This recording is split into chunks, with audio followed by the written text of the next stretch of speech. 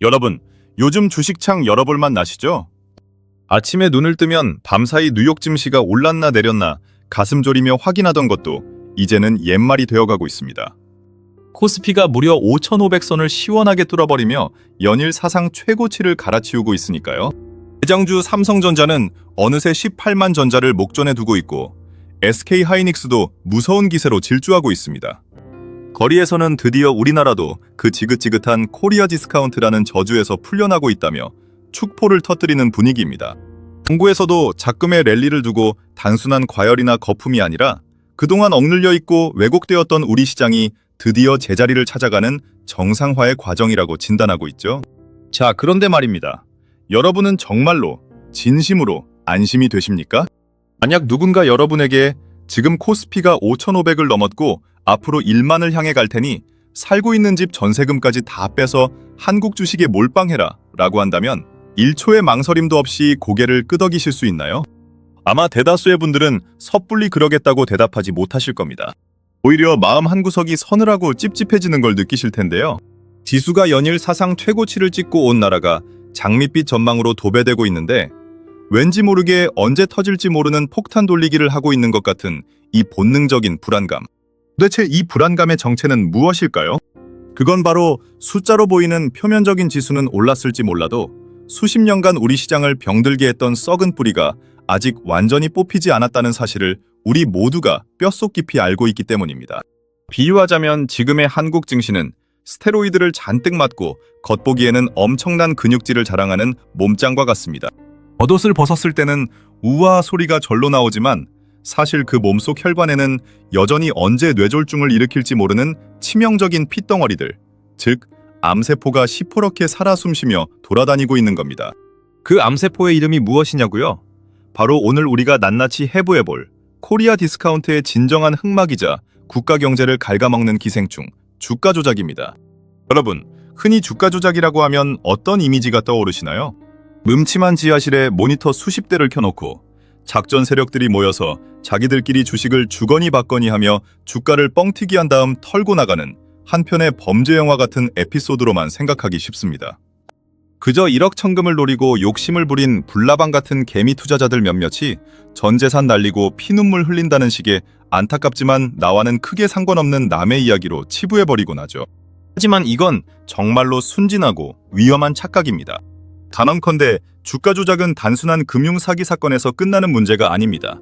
이것은 자본주의 시스템의 심장인 신뢰를 박살내고 국가 경제의 척추를 부러뜨리며 미래의 먹거리를 만들어낼 혁신의 싹을 잔인하게 짓밟아버리는 최악의 거시 경제적 테러 행위입니다. 궁극적으로는 주식을 하든 하지 않든 대한민국에 살고 있는 여러분과 저의 지갑을 얇게 만들고 국가 경쟁력을 갉아먹는 만악의 근원이죠.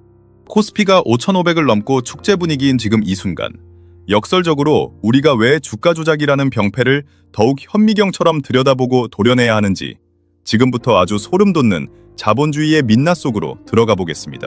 첫 번째로 짚어봐야 할 것은 주가 조작이 어떻게 국가의 거대한 자본 흐름을 왜곡시키는가 하는 점입니다. 상상해보세요. 거시경제의 관점에서 볼 때 주식시장은 거대한 농경지에 물을 대는 거미줄 같은 관계시설, 즉 수로와 같습니다. 시장에 모인 수백조 원의 자금은 생명수죠. 이 생명수가 정상적인 수로를 타고 흐른다면 세상에 없던 혁신적인 AI 기술을 개발하는 스타트업이나 인류의 난치병을 치료할 신약을 연구하는 건실한 바이오 기업이라는 밭으로 흘러들어가야 마땅합니다. 그렇게 물을 머금은 밭에서 기술 혁신이라는 탐스러운 열매가 열리고 그 열매가 수출되어 국가의 국부를 가져오며 수많은 양질의 일자리를 창출하는 것. 이것이 바로 애덤 스미스 이래로 수백 년간 이어져 온 자본주의의 자원 배분이라는 아름다운 선순환 구조입니다. 그런데 여기에 주가 조작 세력이라는 기생충들이 개입하면 어떤 끔찍한 일이 벌어질까요? 이들은 마치 쥐떼처럼 수로의 중간을 파손시키고 구멍을 뚫어버립니다. 그리고는 자신들이 미리 파놓은 아무런 작물도 자랄 수 없는 썩은 웅덩이로 그 엄청난 물줄기를 돌려버리죠. 이 썩은 웅덩이가 바로 작전 세력들이 섭외한 이른바 깡통 기업, 좀비 기업들입니다. 원래는 직원들 월급 줄 돈도 없어서 파산해야 마땅할 빈 껍데기 회사에 어느 날 갑자기 정체불명의 외국계 펀드가 투자한다느니 세계 최초의 획기적인 2차 전지 핵심 광물 독점 계약을 맺었다느니 하는 새빨간 거짓말, 허위 공시를 마구 뿌려댑니다. 지금처럼 코스피가 연일 최고치를 경신하는 강세장, 대세 상승장일수록 이런 작전은 오히려 기승을 부립니다. 왜냐고요? 시장에 돈이 넘쳐나고 사람들의 눈이 뒤집혀 있기 때문입니다. 옆집 철수 아빠도 앞집 영희 엄마도 주식으로 돈을 벌었다고 자랑을 해대니 나만 벼락거지가 될 수 없다는 극도의 공포감, 즉 포모 증후군이 전 국민의 뇌를 지배하는 시기거든요. 이때 세력들이 가장 매매와 통정거래로 주가를 미친 듯이 끌어올리며 불꽃놀이를 시작하면 이성을 잃은 개인 투자자들은 너도 나도 마이너스 통장까지 뚫어가며 그 썩은 웅덩이로 돈다발을 싸들고 뛰어듭니다. 결과는 여러분이 아시는 그대로입니다. 주가가 정점을 찍고 사람들의 환호성이 극에 달했을 때 작전 세력과 결탁한 대주주들은 자신들의 물량을 개미들에게 폭탄 돌리기 하듯 모조리 떠넘기고 유유히 사라집니다. 다음 날부터 주가는 하한가를 치며 지옥행 급행열차를 타게 되고 뒤늦게 뛰어든 투자자들의 수천억, 수조 원에 달하는 피 같은 돈은 허공으로 증발해버립니다. 자, 여기서 숨을 한번 크게 고르고 거시적인 시각으로 이 사태를 바라봅시다. 그 허공으로 증발해버린, 아니 작전 세력의 스위스 비밀 계좌나 강남의 최고급 아파트 매입 자금으로 들어가 버린 그 수조 원의 돈. 원래는 누구에게 갔어야 할 돈입니까? 맞습니다. 밤을 새워가며 진짜 기술을 개발하고 세상을 바꿀 혁신을 준비하며 자금난에 허덕이던 진짜 벤처기업, 진짜 중소기업의 연구개발비로 쓰였어야 할 소중한 국가적 자본입니다. 정말 돈이 절실했던 유망기업들은 시장에 돈이 말라붙어 투자를 받지 못해 줄도산하고 마는데 사기꾼들은 실체도 없는 종이 쪼가리 하나로 국가의 귀중한 에너지를 다 빨아먹은 겁니다. 이것을 경제학 용어로는 자본 배분의 치명적 왜곡이라고 부릅니다. 국가 경제의 피가 뇌와 심장으로 가야 하는데 주가 조작이라는 악성 종양이 그 피를 전부 빨아먹어버린 꼴이죠. 이런 일이 잊을만 하면 한 번씩, 아니 매일같이 시장 어딘가에서 벌어지고 있다면 대한민국의 미래 성장 동력은 어떻게 되겠습니까? 서서히, 그러나 확실하게 썩어 문드러질 수밖에 없습니다. 기술 개발은 지연되고 글로벌 경쟁력은 뒤처집니다. 이것이 바로 주가 조작이 단순한 사기를 넘어 국가적 재앙인 첫 번째 이유입니다. 두 번째 문제, 이것이 어쩌면 더 처참한 현실인데요. 바로 대한민국 주식시장에 대한 글로벌 신뢰의 붕괴입니다. 자본주의에서 신뢰는 곧 돈이고 가치입니다. 코스피가 지금 5,500을 찍었다고는 하지만 외국인 투자자들과 글로벌 거대 기관들의 눈에 비친 한국 시장의 근본적인 체질은 과연 얼마나 달라졌을까요? 그들은 수백조 원의 자금을 굴리며 전 세계 시장을 냉혹하게 평가하는 최고의 타짜들입니다. 이들의 눈에 한국 증시는 여전히 언제 어디서 지뢰가 터질지 모르는 비포장도로 혹은 동네 양아치들이 룰을 마음대로 바꾸는 야바위판처럼 보일 위험이 다분합니다. 외국인 투자자가 한 나라의 기업에 투자할 때는 단지 그 기업이 돈을 얼마나 잘 버는지만 보지 않습니다. 그 나라의 사법 시스템이 투자자인 나의 권리를 얼마나 완벽하게 지켜줄 수 있는지, 시장의 감시 체계가 얼마나 투명하게 작동하는지를 가장 1순위로 따집니다. 그런데 한국은 어떻습니까? 수백억, 수천억 규모의 희대의 주가 조작 사건이 터져도 그 결말을 보면 정말 기가 차서 헛웃음이 나올 지경입니다. 금융선진국이라는 미국의 사례를 한번 보실까요? 미국은 자본주의의 심장답게 시장의 규칙을 어기는 자에게는 그야말로 자비 없는 철퇴를 가합니다. 역사상 최악의 다단계 금융사기, 폰지 사기를 쳤던 버니 메이플을 기억하십니까? 그는 무려 150년의 징역형을 선고받고 감옥에서 쓸쓸히 생을 마감했습니다. 희대의 분식회계 사건이었던 앨런 사태의 경영진들 역시 수십 년의 실형을 살았죠. 미국에서는 주가 조작이나 내부자 거래 같은 금융범죄를 한 번이라도 저지르면 천문학적인 벌금은 물론이고 남은 평생을 감옥에서 썩어야 하며 3대가 패가망신한다는 극도의 공포가 시장 전반에 깔려 있습니다. 한마디로 걸리면 죽는다는 확실한 시그널이 룰을 지키게 만드는 겁니다. 그럼 반대로 한국은 어떨까요? 서울 방어력은 세계 최고 수준이라는데 자본시장 방어력은 그냥 동네 개천만도 못한 수준입니다. 작전 세력들이 개미들 피눈물 흘리게 만들고 수백억 원의 부당이득을 챙긴 뒤 재판에 넘겨집니다. 그런데 판사님 앞에서는 갑자기 눈물을 흘리며 반성문을 쓰고 대형 로펌의 비싼 전관 변호사를 선임하죠. 그러면 판결이 어떻게 나오는지 아십니까? 피고인이 깊이 반성하고 있고 초범이며 국가 경제 발전에 이바지한 바를 참작하여 하면서 징역 2년에 집행유예 3년, 이런 기상천외한 솜방망이 처벌이 떨어집니다. 감옥에 가더라도 고작 1, 2년 살다 나오면 그만입니다. 수백억을 챙겨서 미리 마누라나 친척 이름으로 다 빼돌려놨는데 벌금은 고작 몇억 원, 많아야 십수억 원 수준에 불과합니다. 남는 장사도 이런 남는 장사가 없는 거죠. 경제학적으로 이를 범죄의 기대 수익이 범죄의 기회 비용을 압도적으로 초과하는 상태라고 합니다. 즉, 대한민국에서는 감옥에 몇 년 다녀오는 불편함을 감수하고서라도 주가를 조작하는 것이 경제적으로 훨씬 합리적인 선택이 되어버린 철저하게 망가진 인센티브 시스템이 작동하고 있다는 겁니다. 은행 강도가 100억을 훔치다 걸렸는데 벌금 10만 원 내고 훔친 돈 99억 9천만 원은 그냥 가지게 해주는 거랑 뭐가 다릅니까? 정말 어처구니가 없죠. 이런 참담한 꼬라지를 보고 어느 제정신 박힌 외국인 투자자가 한국 기업의 주식을 제값 다 주고 사려고 하겠습니까? 한국 시장은 사기꾼들이 너무 많고 내 돈을 지켜줄 국가의 사법 시스템이 사실상 범죄자들의 편을 들고 있으니 나는 100원짜리 주식이라도 불안해서 50원 아니면 안 사겠다. 바로 이것이 뼈아픈 코리아 디스카운트의 적나라한 실체입니다. 시장의 룰에 공정하지 않다는 불신이 깔려있는 한 코스피가 5,500이 아니라 1만을 간다고 해도 그것은 언제 무너질지 모르는 모래성에 불과한 것입니다. 그런데 여기서 끝이 아닙니다. 지금부터가 진짜 본 게임입니다. 지금까지 말씀드린 건 음지에서 활동하는 범죄자들의 이야기였다면 이제부터는 양지에서 아주 당당하게 합법이라는 가면을 쓰고 벌어지는 거대한 스케일의 주가 조작에 대해 이야기해 보겠습니다. 바로 기업의 진짜 주인이라고 자처하는 대주주 일가에 의한 합법적 주가 누르기, 즉 오너 리스크입니다. 여러분, 상식적으로 자본주의 사회에서 자기가 경영하는 회사의 주가가 떨어지기를 바라는 사장님이 있을까요? 미국이나 유럽에서는 상상도 할 수 없는 일입니다. 주가가 올라야 경영자의 스톡옵션 대박이 터지고 주주들에게 찬사를 받으니까요. 그런데 놀랍게도 갈라파고스 같은 대한민국 주식시장에서는 대주주들이 자신들의 회사 주가가 오르는 것을 극도로 두려워하고 혐오하는 기이한 현상이 벌어집니다. 왜 그럴까요? 바로 세계 최고 수준의 상속세와 기형적인 지배구조 때문입니다. 대기업이든 중견기업이든 한국의 오너들은 나이가 들면 자신이 평생 일군 회사의 경영권을 자식에게 물려주고 싶어 합니다.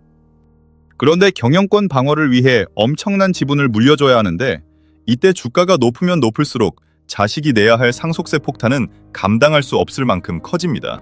심하면 세금을 내기 위해 물려받은 주식을 팔아야 하고 결국 알짜 회사의 경영권을 뺏기게 되는 비극이 발생하죠. 그래서 이들은 아주 기상천외한 꼼수를, 그것도 대형 로펌과 회계법인의 자문을 받아가며 합법적으로 실행에 옮깁니다. 가장 대표적인 수법이 뭡니까? 바로 일감 몰아주기와 물적 분할입니다. 대주주가 자식 명의로 비상장 개인 회사 혹은 껍데기 회사를 하나 세웁니다.